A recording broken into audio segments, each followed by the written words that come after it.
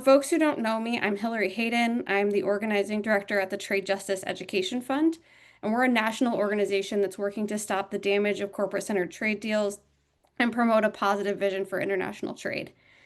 These Trade Justice Power Hour calls happen every third Thursday at 3 p.m. Eastern. They cover a wide range of educational topics about trade policy for activists across the country. I do want to note quickly that these calls are not intended as press briefings. So if you're a member of the press, I'm more than happy to talk with you separately, but this is not the place for those questions. Just quickly, by way of an agenda for today, I'm going to give a little bit of framing around our call, and then I'm going to pass it off to our guest today, Jordan Treakle with the National Family Farm Coalition. We're going to have time for your questions at the end of Jordan's presentation before we talk through some of our usual action steps at the end. So please be putting those questions in the Q&A for Jordan as we go along. I think with that, we'll just jump in. Folks who attend these Power Hour calls regularly know that we spend a lot of time talking about workers' rights, about jobs and wages, about the environment, about digital trade, about the roots of migration, and folks that have been here a while have probably also attended some briefings on access to medicine. But it has been a while since we have focused exclusively on agriculture. And today we're going to focus in on food sovereignty, on rural communities, and on the USMCA, specifically how we can rewrite trade rules in ways that strengthen rural communities and support food sovereignty across North America and around the world. Trade rules shape the way that food is produced, priced, and distributed across borders, and they play a huge role in determining who benefits from our food system. Under the current model, trade agreements have often prioritized the profits of large agribusiness companies over the livelihoods of independent farmers and the well-being of rural communities. This is the system that drives down prices that producers received without ensuring that any of those savings are passed along to consumers. It strips away local control, it limits communities' ability to make decisions about how their food is grown and consumed.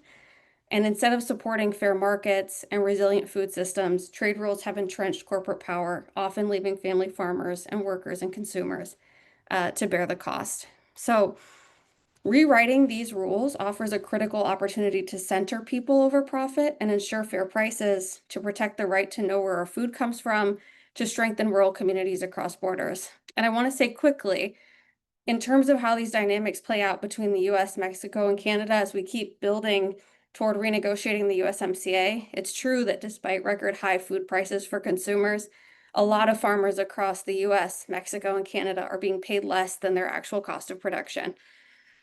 So our trade rules have perpetuated this system in which middlemen working for agribusiness are profiting and family farmers are suffering at home and abroad. Folks that have attended these briefings on the USMCA renegotiation or who helped us get signers onto that organizational sign-on letter in June are going to remember that we have specifically called for some changes needed to help family farmers and working people in rural communities. The big ones we've been advocating for include renegotiating the USMCA, to ensure fair, stable prices for farmers and consumers, and also so that consumers' right to know where their food is coming from and how it's produced is protected. Current trade rules under the USMCA and other agreements have undermined these rights, but the USMCA renegotiation is an opportunity to rewrite those rules. To discuss this and some other issues today, we're lucky to be joined by Jordan Treakle from the National Family Farm Coalition. NFFC is a national coalition of dozens of independent farmers, ranchers, and fishers organizations across the U.S., which, unlike many so-called farm groups, are actually helping to advocate for family farmers and communities rather than big ag. And I do want to note quickly before Jordan speaks, he's going to focus a lot of his comments on this, but the NFFC is also a U.S. partner of La Via Campesina, the international movement of peasants, small and medium-sized farmers, farm workers, indigenous people, and others working together for food sovereignty.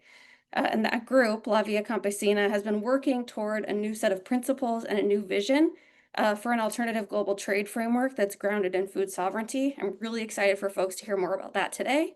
And maybe we'll get to hear from Jordan again when they formally launch their framework. So food sovereignty is a term I could define for you, but I know that Jordan's going to do an even better job at that, so I'm going to leave it to him. Jordan, thank you so much for being here to talk about the La Via Campesina framework and the lessons that we can take from that as we work toward trade negotiations with the USMCA. Go ahead and let me get your slides up. Thanks, Hillary. You can hold off on the slides for just a second. But I really appreciate that generous introduction, and thank you all for having me. This is actually my first Power Hour, and it's very appropriate right now, not only because of the context of VIA's trade framework, which I'll talk about, um, and the USMCA review process, but it's also International World Food Day. So again, appreciate the invitation here. Um, as Hillary mentioned, my name is Jordan Treakle. I'm the Policy and Program Director of the National Family Farm Coalition. As Hillary mentioned, we're a alliance of 30 grassroots farmer and advocate-led organizations across just about every state in the U.S. We were founded back in 1986 to be a voice for rural communities in policy making spaces, particularly in Washington, D.C., but we also do some international policy work as well. We've been a and trade campaign for a very long time. And we also work very closely with the Institute for Ag and Trade Policy in CTC, and a lot of the policy points related to USMCA that I'm going to talk about today have been built in collaboration with them. So I want to give that shout out. I also just want to say and be honest with you all, this presentation is a little bit off the cuff. I'm calling in from Rome, actually, because I'm here for policy negotiations at the United Nations, at the Committee for World Food Security. And so there is a lot in motion, and obviously, policy work in the U.S. context is pretty chaotic. At the moment, but I think this conversation is very relevant not only in the U.S. and North America context, but also in these multilateral policy spaces like the CFS, or Committee on World Food Security.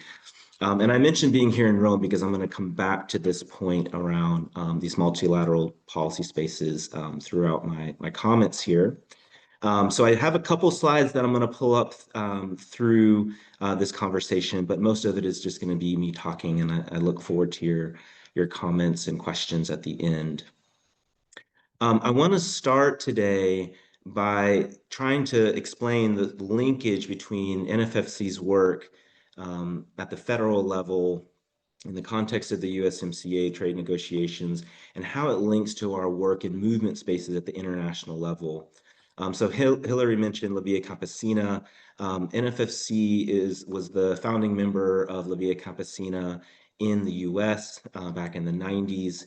And for those of you who don't know, Via Campesina is this international peasant network of 200 million plus small-scale farmers and peasants across 81 countries. And has been really an important movement space, particularly around trade over the past decades.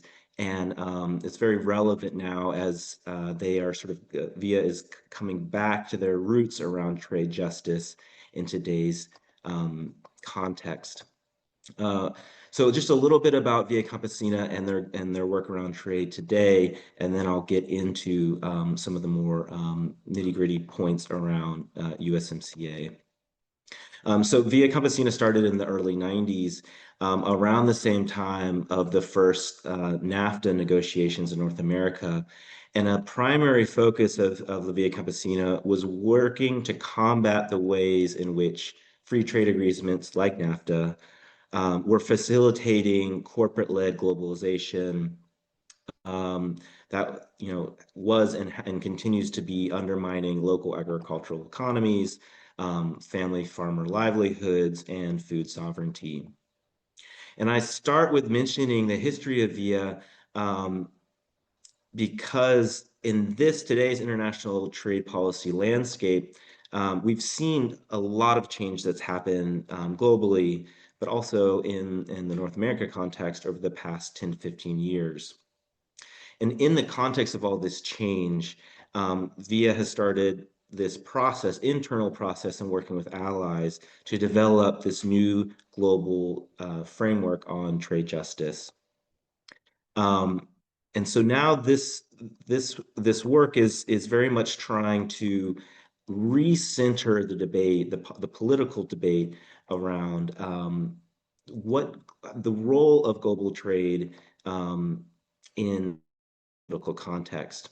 And I'm not going to go into a whole lot of details on sort of what that this global framework effort is responding to because we don't really have time for it. But I think there's like two really key dynamics that are worth mentioning that frame this work at the international level around trade justice.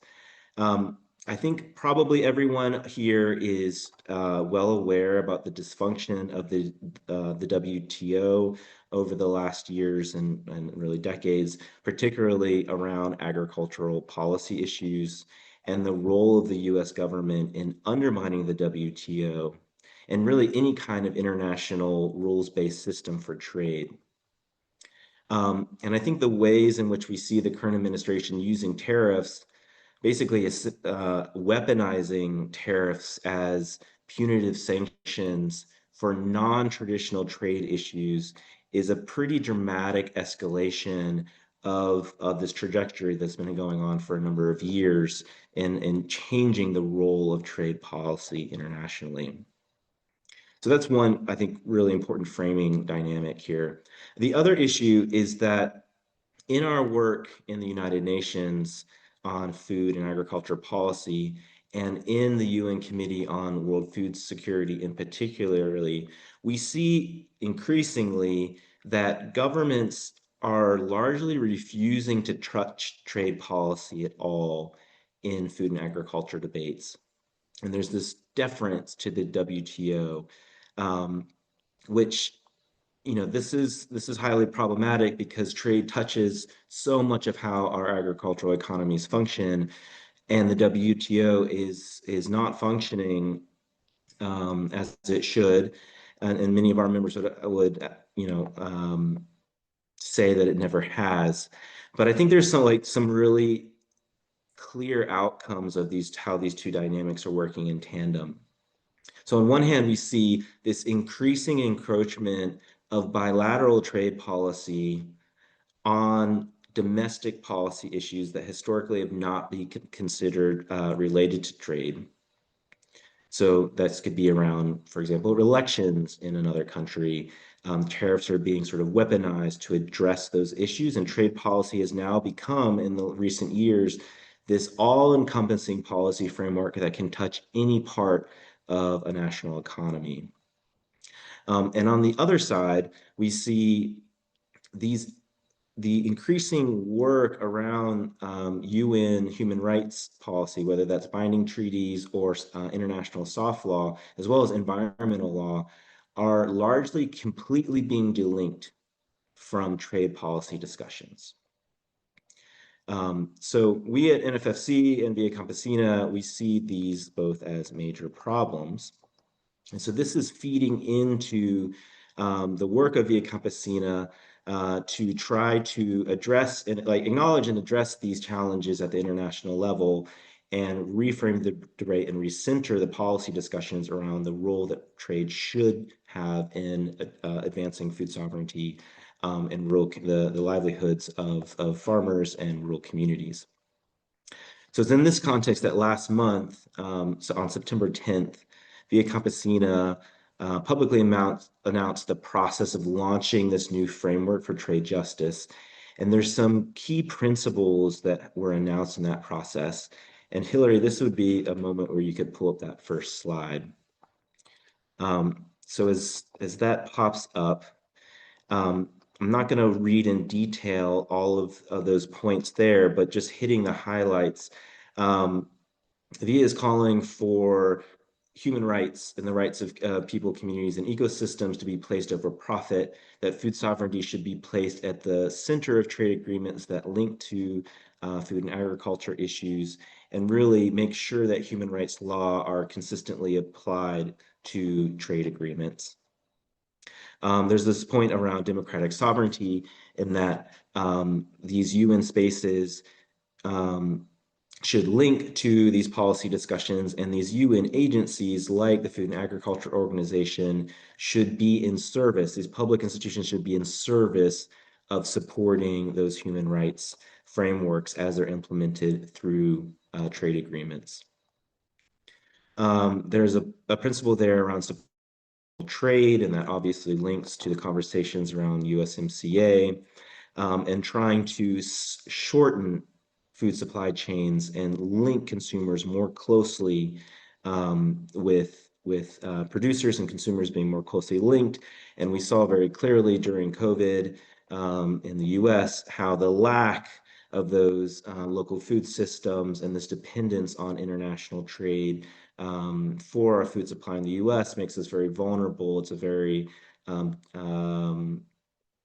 delicate system, actually, when these agricultural markets are overly concentrated and dominated by corporations. There's a point around fair markets and just the importance of making sure that those who feed our communities are getting fair prices and that for their labor. And that there are a number of ways through public policy that can be supported. But in the same way that we're supportive of fair wages for workers, we think that fair prices for farmers are essential and that we cannot abdicate that commitment to fair incomes to the free market. Banning harmful practices.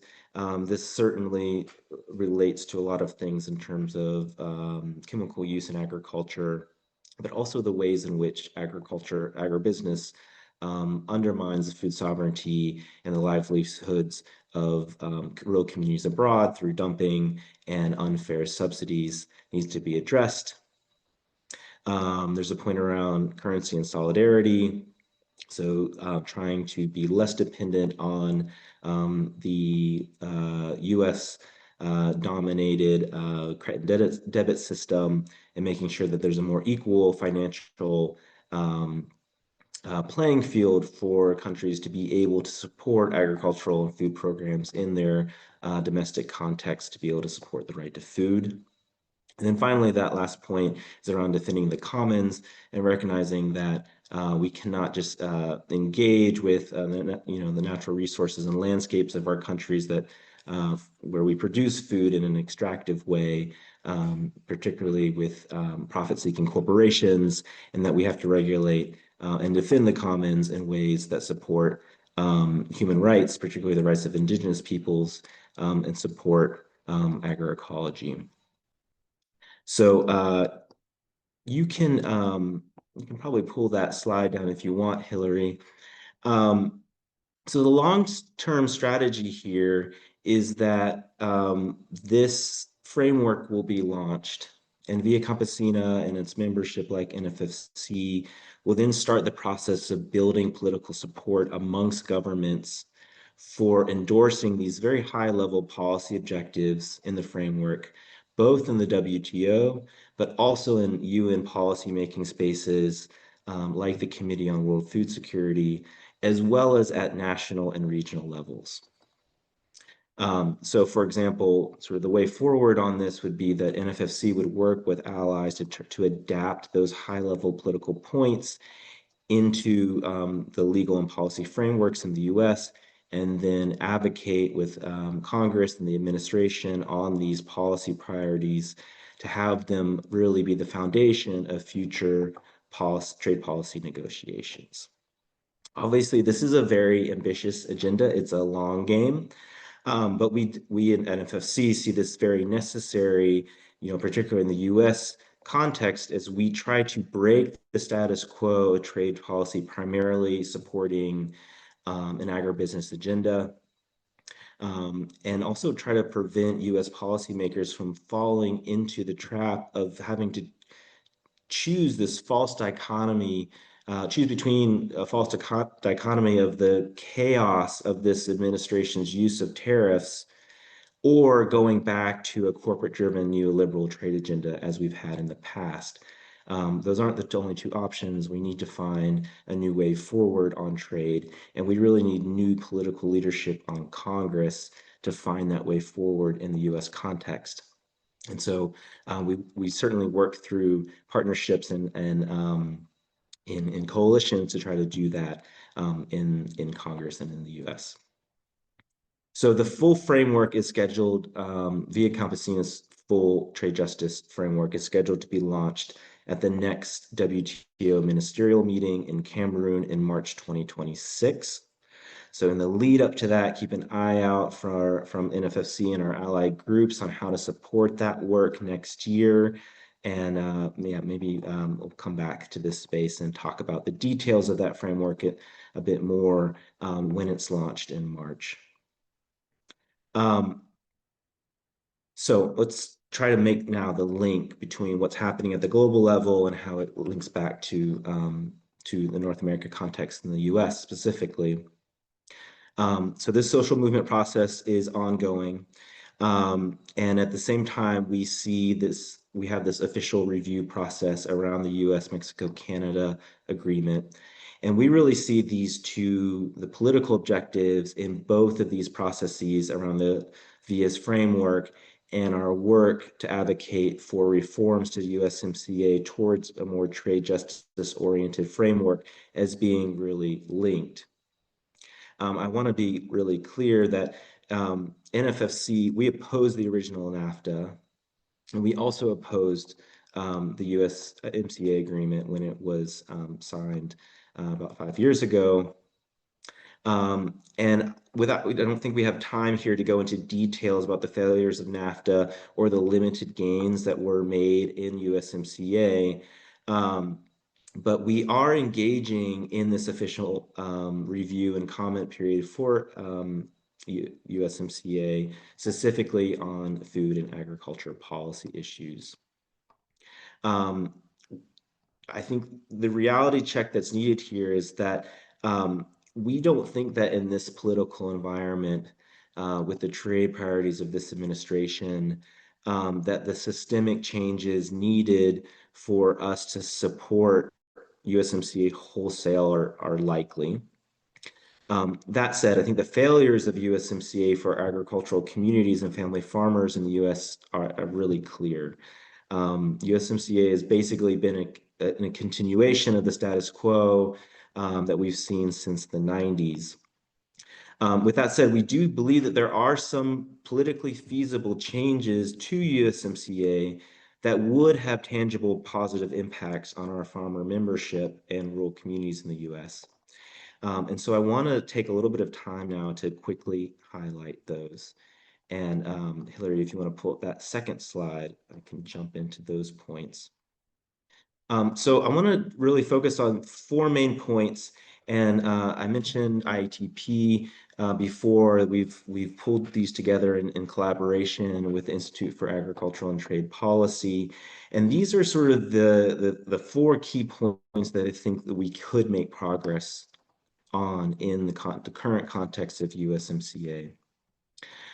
So the first is that, and this goes back to the points that I was making earlier, is that there really has to be a political commitment to adhering to, implementing, and respecting human rights in international policy frameworks.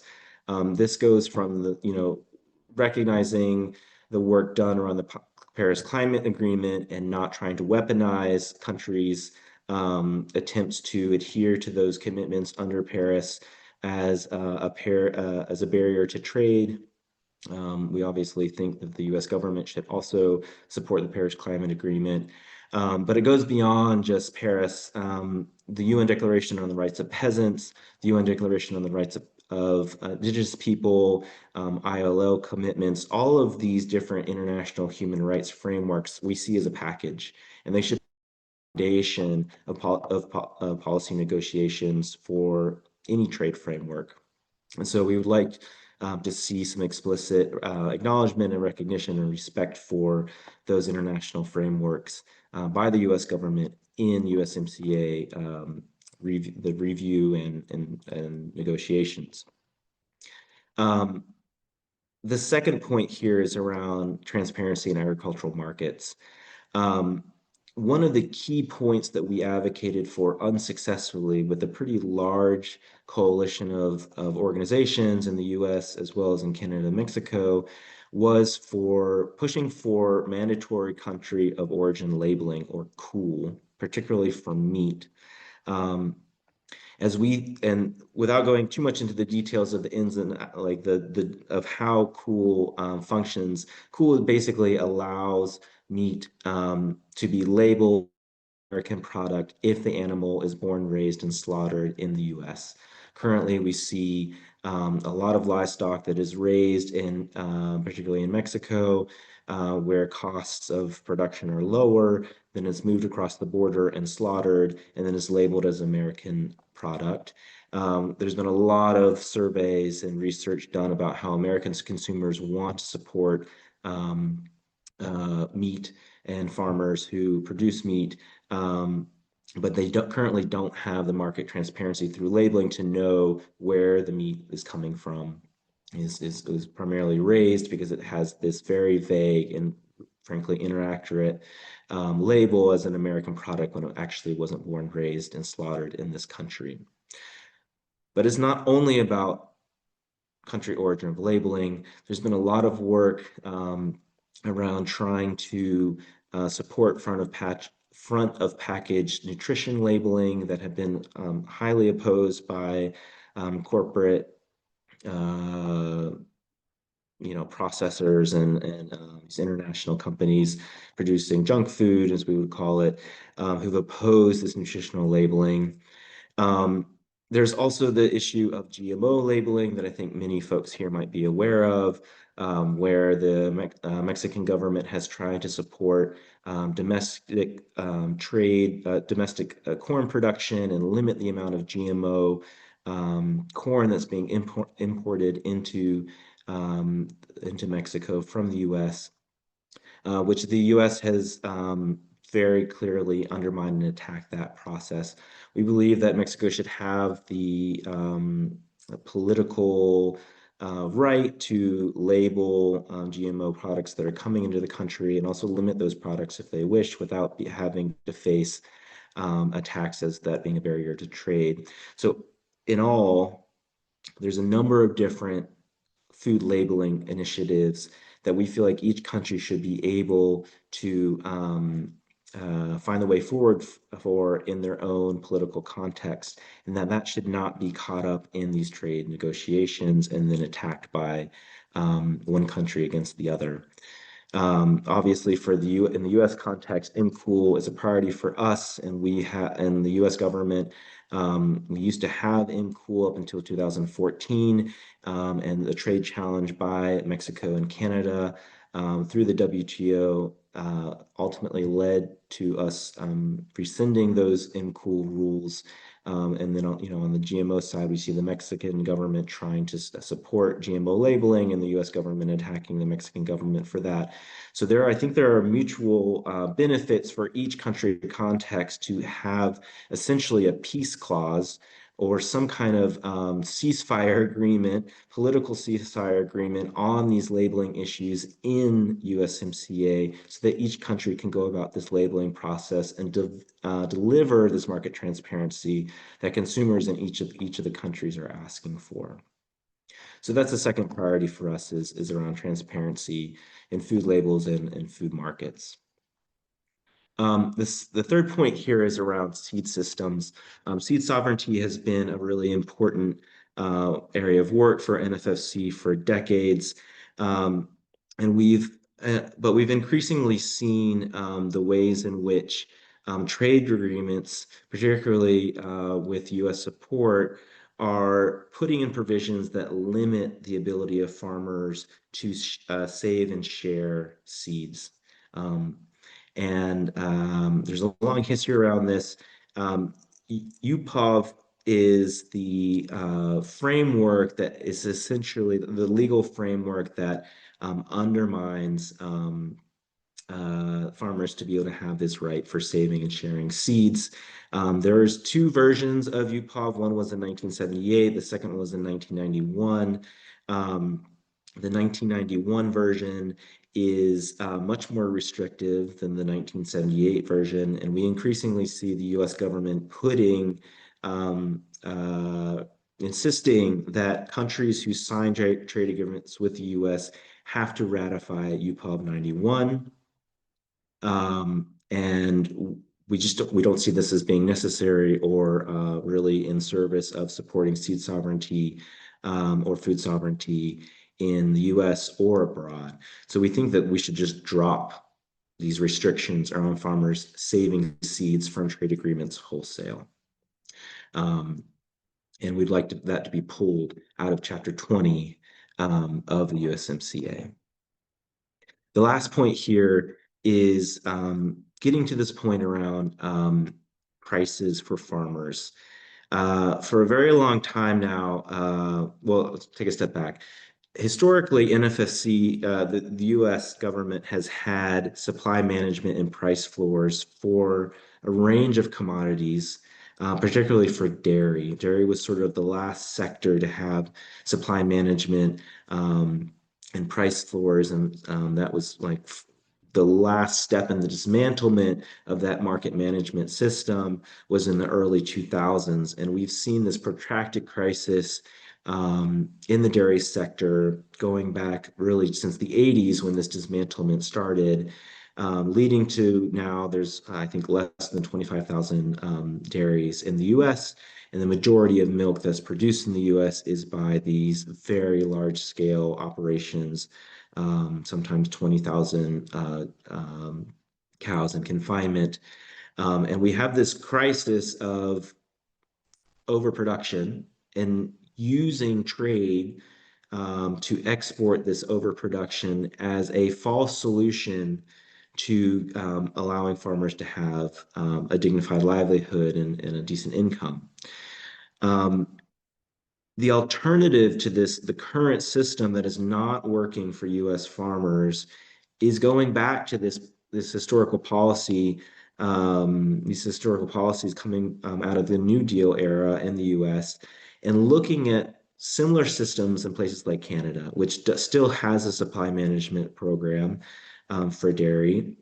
It's not perfect, but limited the consolidation and crisis in dairy in Canada compared to the U.S. Canada has a very small market for dairy. I think that Wisconsin alone produces more milk than the entire dairy market in Canada. Nonetheless, and Canada has protected its dairy farmers in the supply management system in its trade agreements in NAFTA and USMCA. That being said, the US government for years now has been attacking this system and really trying to open up Canada's dairy market for exports from the US. Even though the dairy market in Canada is so small, it obviously is not going to solve the problem, the dairy crisis in the US. Nonetheless, they're sort of breaking this tool that we used to have in the US as a false solution to the crisis. And we oppose, our neighbors getting attacked for trying to have the kinds of policies that we believe we need in the U.S.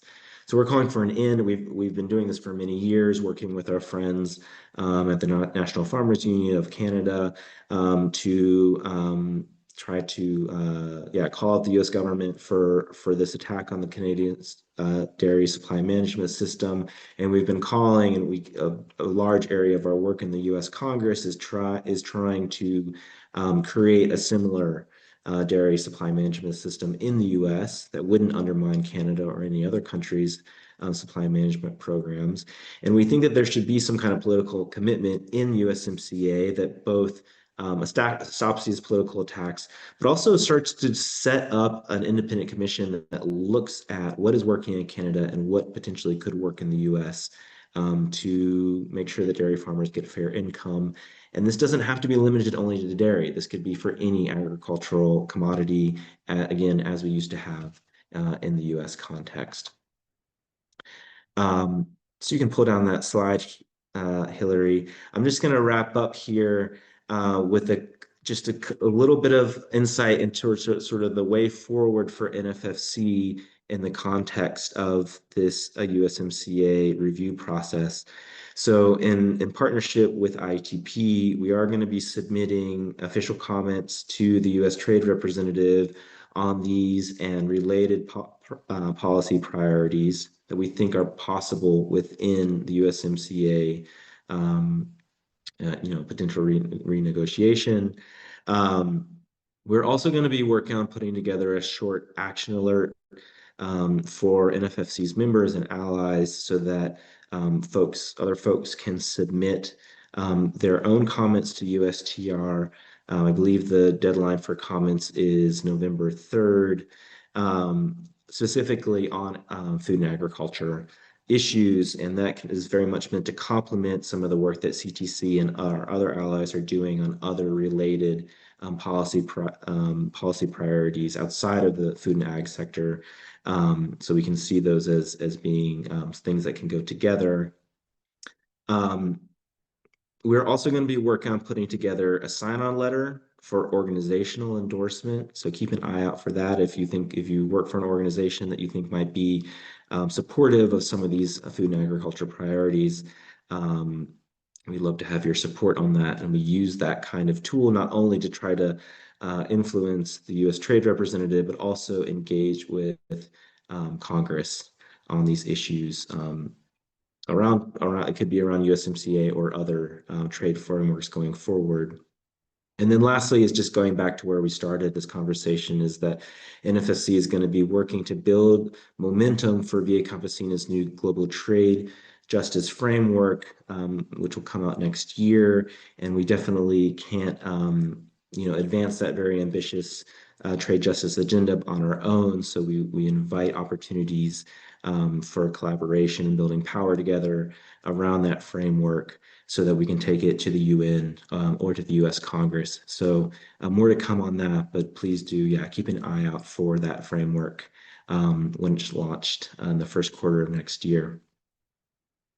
So I'm gonna end there, and I think we have some time, hopefully, for some comments and for folks. And I haven't been able to follow the chat or the question and answer mechanism here. So look for some help also, Hillary, if there's a way to take us into the next step of the conversation here. Absolutely. I just want to say a quick thank you. There's a lot of, you can leave your camera on, Jordan. Uh, there's a lot of really juicy information from your presentation. I was having all these like flashbacks from the 2017 and 2018 negotiations, and I'll share just briefly with folks on the nutrition labeling front the morning. And I was a relatively new trade organizer at the time, and I was used to hearing big ag and I was used to hearing big oil. Or big banks, right? I was used to hearing those. But the morning that I woke up to big junk food fighting the nutrition labeling proposal at the time was like a whoa, like this is one I wasn't like used to seeing in the discourse that we're following. Um so a place I would really like to start this conversation. There's a lot of good questions. I'm going to keep monitoring the Q&A, so please keep putting those there. I know I hate this question also as an organizer. I know a lot of our discourse happens in sound bites.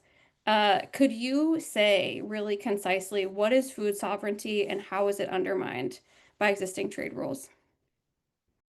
Yeah, absolutely. So food sovereignty is the concept that communities should be able to determine for themselves how food is produced, what food is culturally appropriate, and ensure that policies are supporting the livelihoods that feed those communities.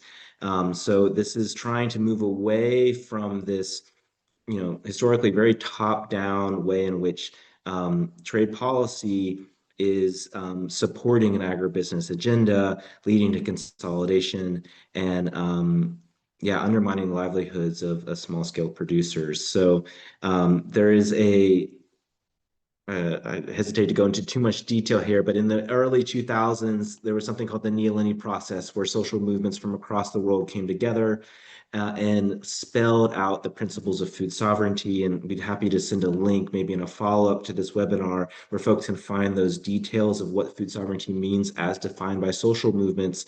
But I will just say that there was the third Neolini gathering that happened in Sri Lanka last month, where we as social movements reaffirmed that commitment to food sovereignty and also did a lot of work of building outside of the traditional food sovereignty movement to engage folks like labor unions, the environmental justice movement, to build power around this concept that folks should be able to determine for themselves how their food systems function.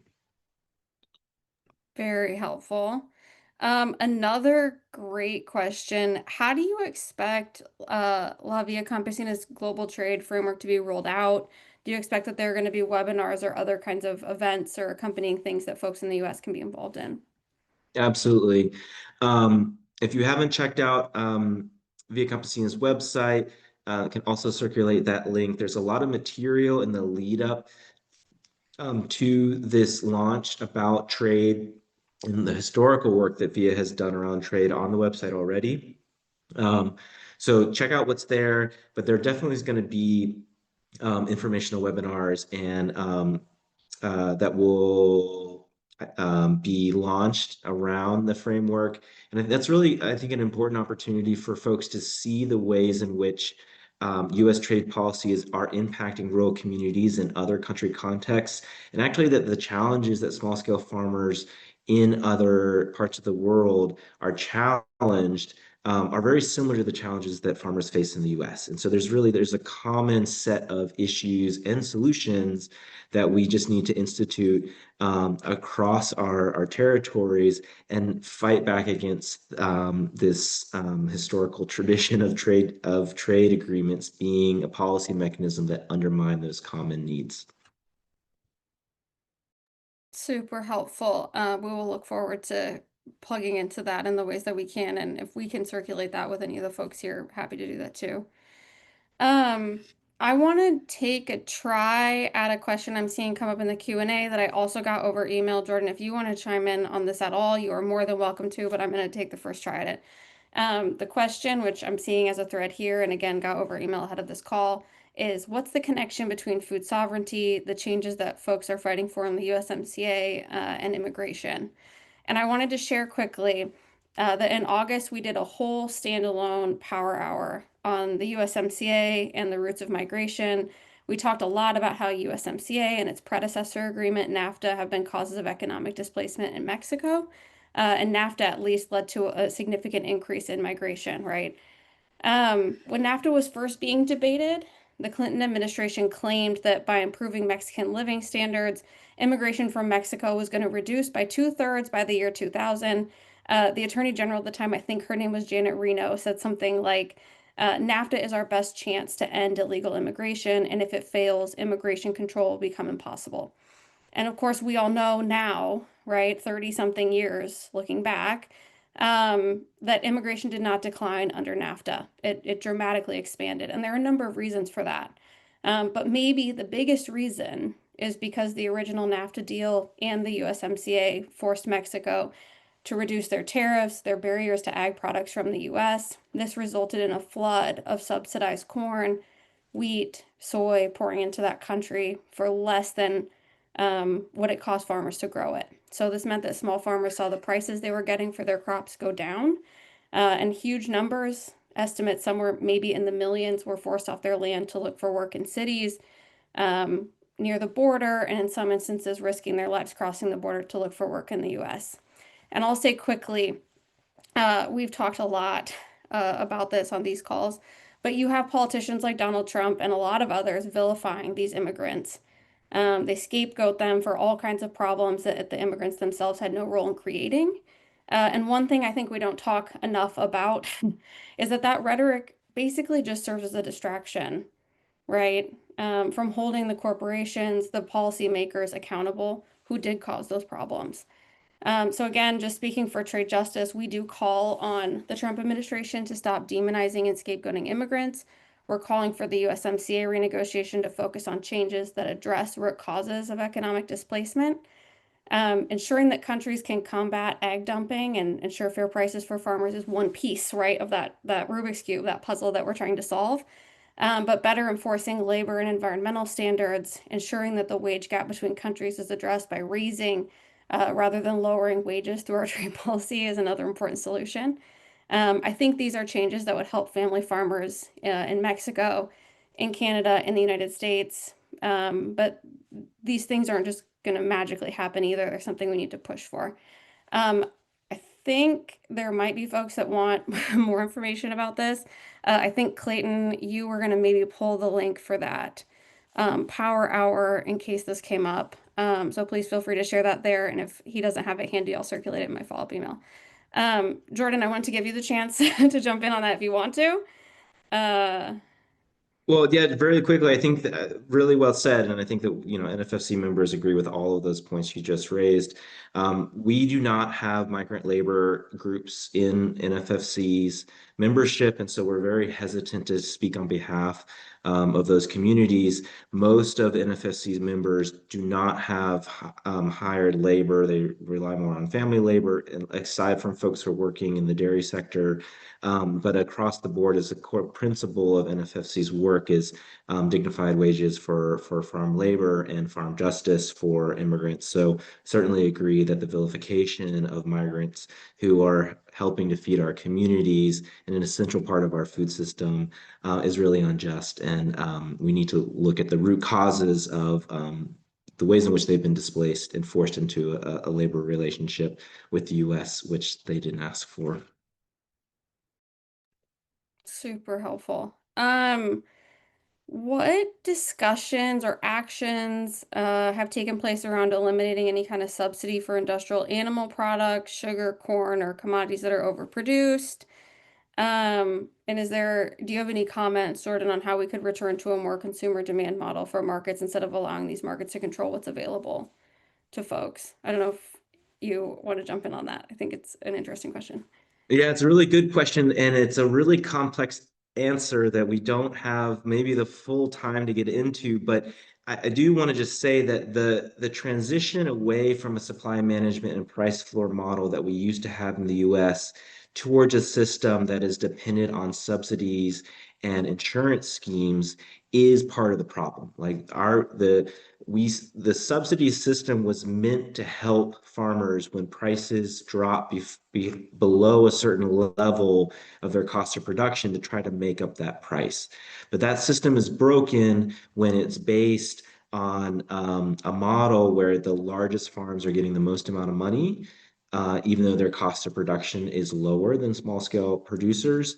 And if we don't have market management of these commodities, then there's this endless cycle of overproducing to make up for price, and then taxpayers having to subsidize that low price for farmers. And so the system is broken, and the solution to it is going back again to the supply management model where we're producing these commodities at a level that meets the demand and not being dependent on trade policy to dump that excess production abroad. And that would actually eliminate the need for subsidies or insurance schemes if farmers are guaranteed a fair price for a certain amount of production. So again, we really see that market management approach as the key for addressing sort of a number of different problems that currently, it's agribusiness with these very large operations that are benefiting most from this crisis um, of low prices and then receiving, the largest piece of the subsidy pie. So we think that having a supply management system can also be very, like, mostly incredibly beneficial to the majority of small mid-scale producers in the U.S. Very helpful. I wanted to address this question quickly. The question is, what is the timeline for the renegotiation, and does Congress have to approve a new USMCA?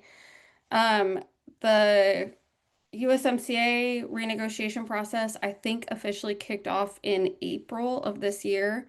There was some like initial conversations with Congress. In July, they started a chapter by chapter review, and we're going to talk about this in detail in just a minute. But we're currently in the middle of the one public comment period opportunity that we have to sort of weigh in as the public on the USMCA. They will deliver some the USTR's office will deliver to Congress a set of their plans for the negotiation in January. And then I think there's official negotiations happening next summer. July of 2026 is kind of the loose deadline that we have right now. Does Congress have to approve a new USMCA? I think the answer to that question is that it depends on how many changes to US law they end up making as they do negotiations because Congress does need to approve those. I'll say from Trade Justice's standpoint that we would love to see a robust USMCA renegotiation that actually improves some of these things for folks. Um, in the vein of the public comment period, Jordan, I had this question over email and I'm really glad that you addressed it. But just wanted to ask quickly, what do you anticipate to be the sort of process if folks want to either sign on to some public comment remarks from NFFC or sign this letter that you have just brought up now? How should folks navigate that? Do you have a timeline in mind? Yeah, it's a great question.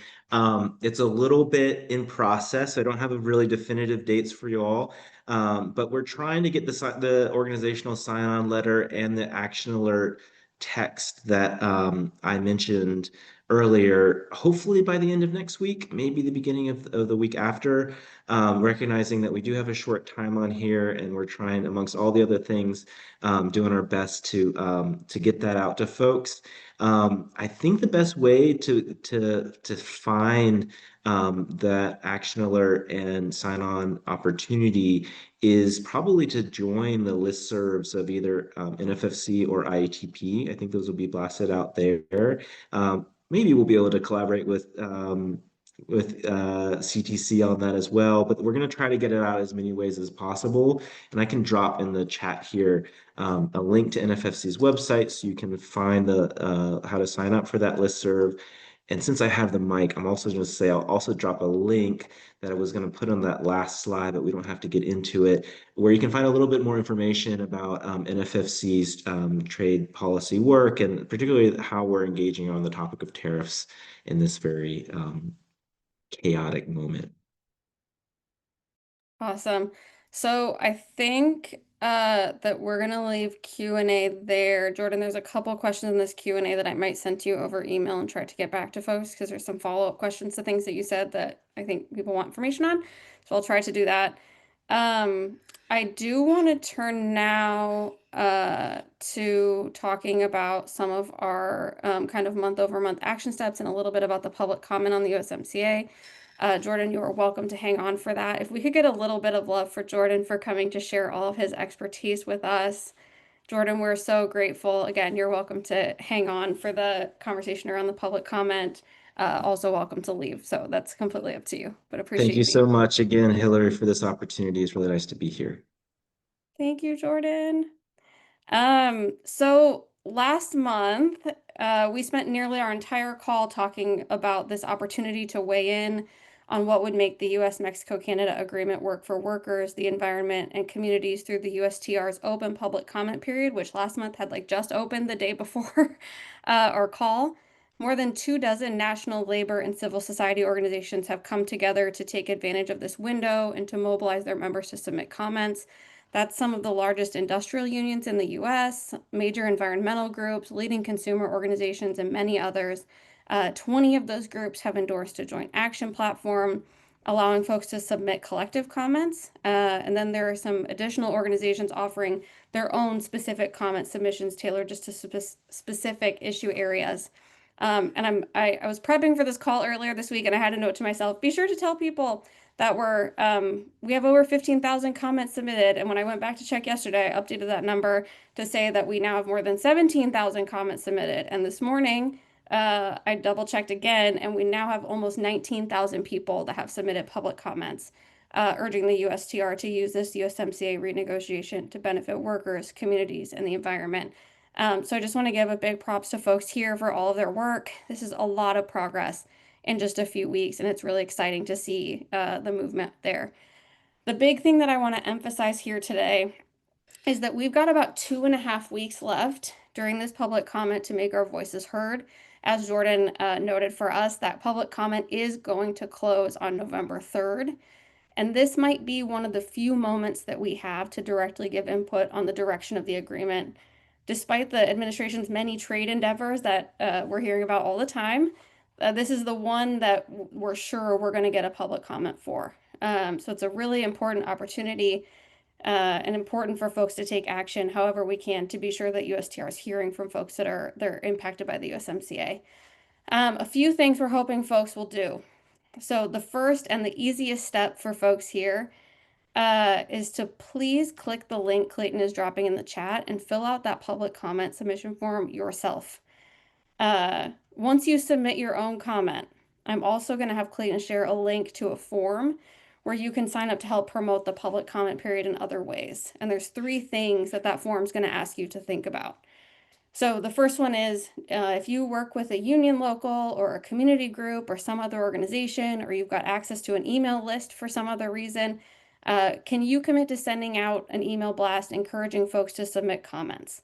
If your answer to that question is yes, we're more than happy to provide email templates, the link to that action platform that's endorsed by Trade Justice and many of the largest labor, environment, consumer, and civil society groups in the US. So please mark that if you have access to an email list from an organization or for some other reason.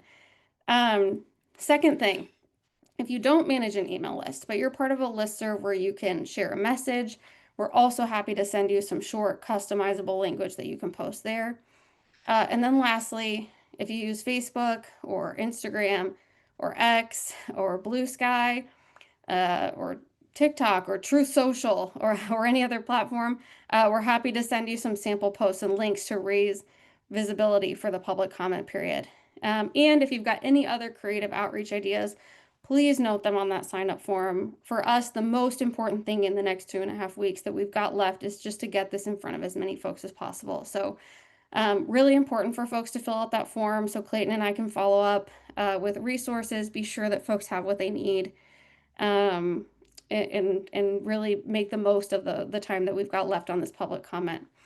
I shared this last month, but there's some interesting research out there that suggests people need to hear about an issue 6 or 7 times before it sticks with them as something that they should take some action on.